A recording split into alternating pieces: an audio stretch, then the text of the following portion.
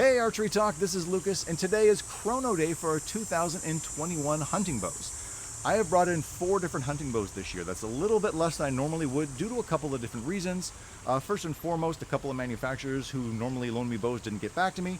I would guess there's going to be some supply chain issues with that. They didn't want to give them to me and not to their customers. Totally understandable. And I also stopped asking much earlier than I normally would because my club had been shut down for a long time due to COVID. It's only recently opened back up, and I just didn't have enough time to get behind the bows as much as I would like. So if I was going to be testing 7 or 8 bows, it just would have been too much for the time frame I had this year, so I restricted it to 4. Hopefully we'll get more next year. In the order of their rated speed, the 4 bows I've got in are the Xpedition X33 at 350 feet per second of rated speed. That's coming in at 30 1/4 inches of draw length. Next is the Mathews V3 31. That's 342 feet per second of rated speed and 30 1/4 inches of draw length. Next is the Prime Nexus 2. That is 341 feet per second of rated speed and 30 3/8 inches of draw length. And finally, we have the Hoyt Carbon RX5 Ultra at 334 feet per second and 30 3/8 inches. So all 4 bows are within 1/8 of an inch of each other. They're all coming in at 70 pounds or as close to it as I can get. I've measured them all on my scale. I've got them at between 1/4 pound for all 4 bows. So as far as I can see, the measurements are about as good as I can make them. I'm also shooting the same 2 arrows on each bow. I've got a lightweight arrow weighing 350 grains. That's a Gold Tip Platinum Pierce. And I've got a heavier hunting arrow, a Gold Tip AirStrike, that's weighing 477 grains. So let's get down to the results right now. We'll see how they did through the chrono. I'll bring them to you in the same order I just read them to you, and then we'll go over the results after. All right, let's start with the Xpedition X33, and I'm going to look at my little notebook here because I can't remember all that much information at once. So with the lighter weight 350 grain arrow, the Xpedition X33 put up speeds of 326 feet per second, 325, and then 326 feet per second, again for an average of 326. And with the heavier 477 grain Gold Tip AirStrike, I saw speeds of 283 feet per second all 3 times I shot it. Next on our list is the Mathews V3 31. And with the lighter arrow, I saw speeds of 328, 329, and 328 feet per second for an average speed of 328 feet per second. And with the heavier arrow, we saw speeds of 285, 285, and 286.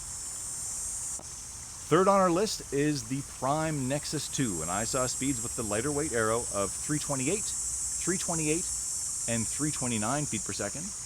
And with the heavier 477 grain arrow, I saw speeds of 284, 285, and 285.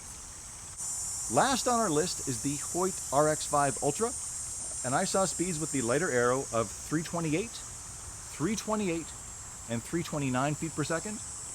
And with the heavier arrow, we saw speeds of 286, 286, and 286. So if you were paying any kind of attention to the numbers I just told you about, you'll notice one thing. They are all pretty much exactly the same. In fact, with the lighter 350 grain arrow, the Hoyt, the Prime, and the Mathews all shot an average of 328 feet per second. Exactly the same, and the Xpedition was exactly 2 feet per second slower at 326.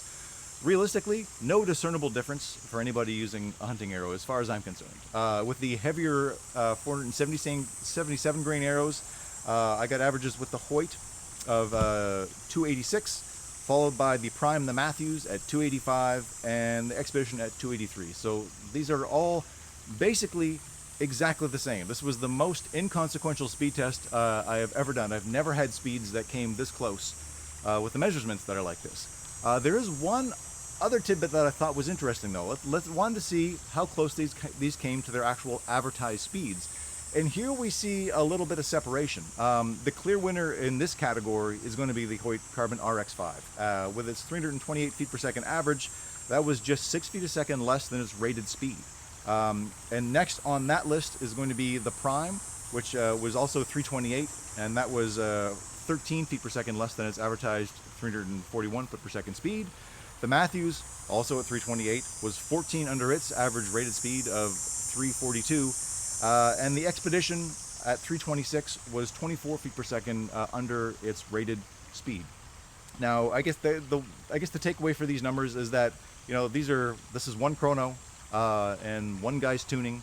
I guess your mileage may vary, but realistically, it's math. I can't. There's not much I could do to report anything differently than the numbers I found. I'm sure people will still complain in the comments, and by all means, I'm used to it. Have at it. But I thought it was interesting, and so I got no real winner ultimately for this competition, with 3 bows finishing at exactly the same speed and 1 bow realistically at the same number too, just 2 feet per second different.